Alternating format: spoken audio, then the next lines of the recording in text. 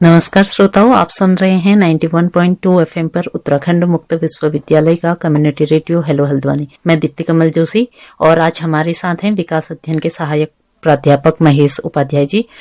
आज हम एक बहुत महत्वपूर्ण विषय पे चर्चा करने जा रहे हैं, वो है उद्यमिता विकास के सामाजिक निर्धारक क्या हैं। हालांकि इससे पहले हमने इस सीरीज में बात करी थी कि उद्यमिता क्या है, उद्यमिता के लिए क्या आवश्यक गुण हैं, क्या चैलेंजेस हैं। इसके अलावा हमने बात करी थी कि डिफरेंट जो सिटीज हैं, टीयर 1, टीयर 2 एंड टीयर 3, तो हमने देखा कि कैसे टीयर 2 और 3 के सिटीज में उद्यमिता के ज्यादा स्कोप हैं। इस संबंध में हमने चर्चा करी थी। आज हम चर्चा को आगे बढ़ाते हुए बात करेंगे सर सामाजिक निर्धारक पे। धन्यवाद दीप्ति जी।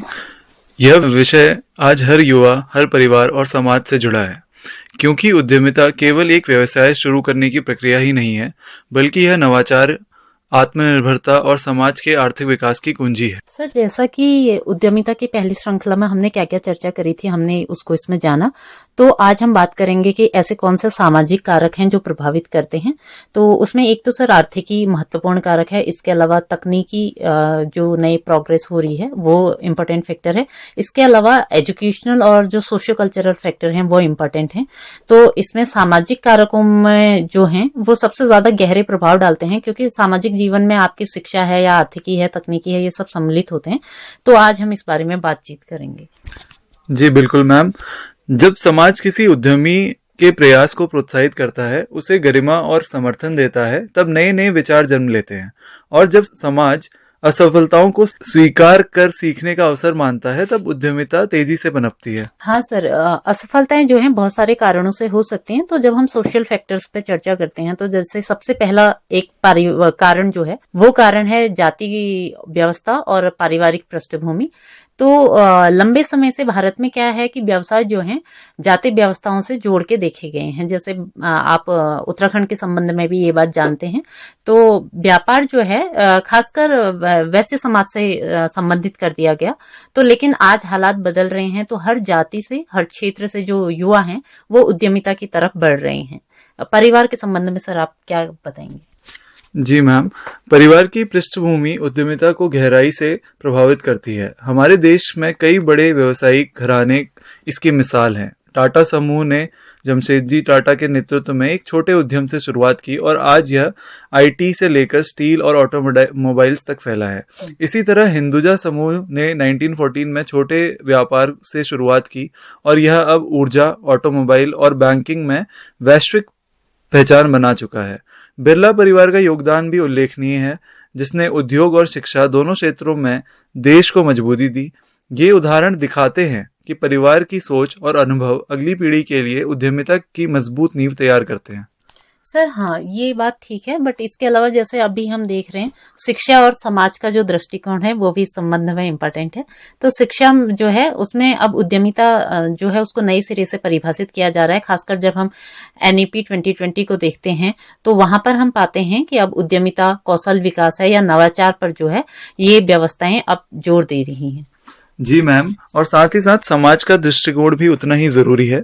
अगर समाज पैसा कमाने को नकारात्मक रूप से देखे तो उद्यमिता रुक जाती है। उदाहरण के लिए 19वीं सदी में रूस में व्यापार को अच्छा नहीं माना जाता था, जबकि आज अमेरिका की सिलिकॉन वैली में असफलता को भी सीखने का अवसर माना जाता है।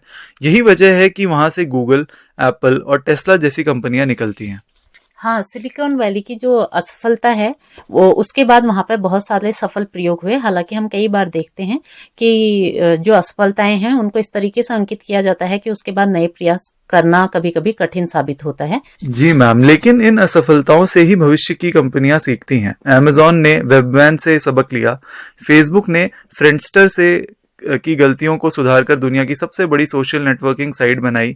यही उद्यमिता की असली ताकत है, असफलता से सीखकर आगे बढ़ना। हाँ, तो अगला जो फैक्टर है सामाजिक, वो है सामाजिक मूल्य, सामाजिक गरिमा और सामुदायिक संबंध कैसे हैं। ये जो कारक हैं ये उद्यमिता को या व्यवसायों को बड़े पैमाने पर प्रभावित करते हैं। जैसे अगर हम बात करते हैं व्यापारियों के गरिमा की, तो जब उनमें उनकी गरिमा पे फोकस किया जाता है, उनको सम्मान मिलता है, तो नए लोग उससे प्रेरित होते हैं। अगर हम आज अपने देश की बात करें तो यहाँ पे महिला उद्यमी जो हैं एक टाइम तक नहीं थी, लेकिन आज जैसे आप फाल्गुनी नायर को देखते हैं, उन्होंने नायका जैसा फैशन ब्रांड डेवलप करा है, तो उनका जो सम्मान है वो अन्य लोगों के लिए प्रेरणा बन सकता है। जी मैम, सामुदायिक संबंध भी उतने ही जरूरी हैं। जापान में सामुदायिक सहयोग से छोटे छोटे उद्योग पनपते हैं। भारत में स्वयं सहायता समूह और माइक्रो फाइनेंस ने गांव-गांव में महिलाओं को उद्यमिता की राह दिखाई है। इसके अलावा सर जैसे समाज बहुत प्रयास कर रहा है, या हमने शिक्षा के क्षेत्र में भी प्रयास करे, लेकिन कभी कभी जो सोशल फैक्टर हैं जैसे गरीबी है या बेरोजगारी है या सोशल चेंजेस जिस हिसाब से हो रहे हैं वो भी जो है उद्यमिता को प्रभावित करते हैं। तो गरीबी कभी कभी उद्यमिता में बाधा बनती है, लेकिन कई बार वही गरीबी प्रेरणा भी देती है। जैसे कोविड महामारी के दौरान हमने देखा कि जब लोगों के रोजगार छिन गए थे, तब बड़े पैमाने पर नए सिरे से लोगों ने व्यवसाय शुरू करके आत्मनिर्भर बनने की तरफ प्रयास करे। जी मैम, और सामाजिक परिवर्तन जैसे शहरीकरण और जनसंख्या वृद्धि भी उद्यमिता को अवसर देते हैं। आज भारत के पास दुनिया की सबसे बड़ी युवा आबादी है। इसी को डेमोग्राफिक डिविडेंड के जरिए भारत में अनेक संभावनाएं देखी जा सकती। हाँ सर, ये आपने ठीक कहा कि भारत के पास बड़ी मात्रा में जनसंख्या है। तो हमने देखे फैक्टर कि जाति व्यवस्था कैसे प्रभावित करती है, और उसके अलावा हमने परिवार कैसे रोल प्ले करता है, या हमने बड़े एग्जाम्पल देखे जो पारिवारिक घरानों ने बिजनेस डेवलप करे, उद्यमिता डेवलप करी। और उसके अलावा हमने ऐसे फैक्टर देखे जैसे एजुकेशन क्या रोल प्ले करती है, सोशल वैल्यूज और सामाजिक गरिमा और सामुदायिक संबंध किस प्रकार से प्रभावित करते हैं, ये हमने देखा। आज की चर्चा में सर हम इसको अगर कंक्लूड करते हैं तो हम ये समझ पाएंगे कि उद्यमिता विकास के जो सोशल फैक्टर हैं, सामाजिक कारक जो हैं, वो बहुत महत्वपूर्ण हैं और वो डिसाइड करते हैं कि उद्यमिता किस दिशा में जाएगी।